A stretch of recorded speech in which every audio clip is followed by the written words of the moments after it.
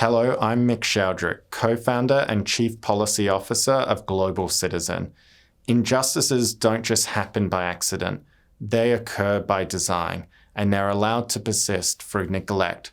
We also know that injustice is intersectional, but its impacts are uneven, and too often women and girls face the most compounding challenges as a result of poverty, injustice, lack of opportunity, and systemic barriers.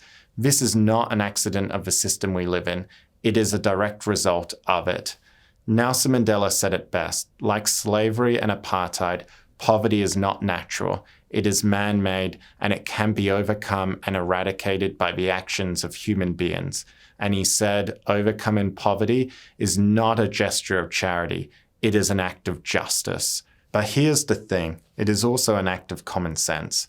The crisis of human suffering, including gender inequality and gender-based violence, is allowed to persist despite having the solutions and resources at hand to fix it.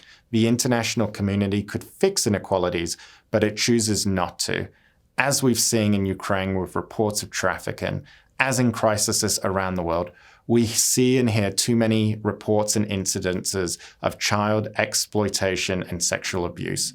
That's why we support new investments for those campaigners and activists on the front lines, standing up for children and survivors of sexual violence.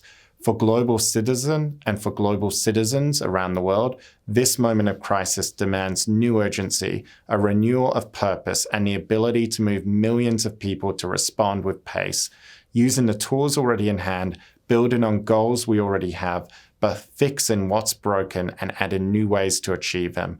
Global Citizen is working to empower women and young girls right now.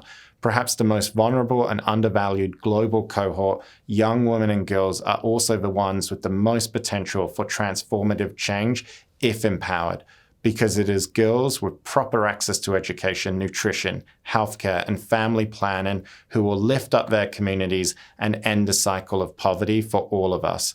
Working to address gender equity through an intersectional lens that includes climate, economic, and social justice is a moral duty, and it is enlightened self-interest.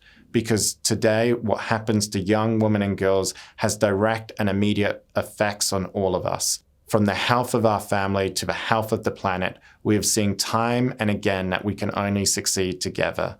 Our generation can create a fairer and more prosperous world, and I believe there are good reasons for this optimism, because we know how to do it.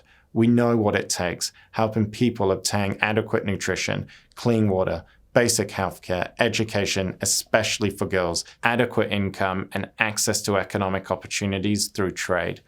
We need to actively defend advocacy, activists, and human rights defenders, as well as to promote real access to justice for all and reinvigorate trust in institutions. Each of us is interconnected. Each of us is part of our world. Each of us has a responsibility to take action now.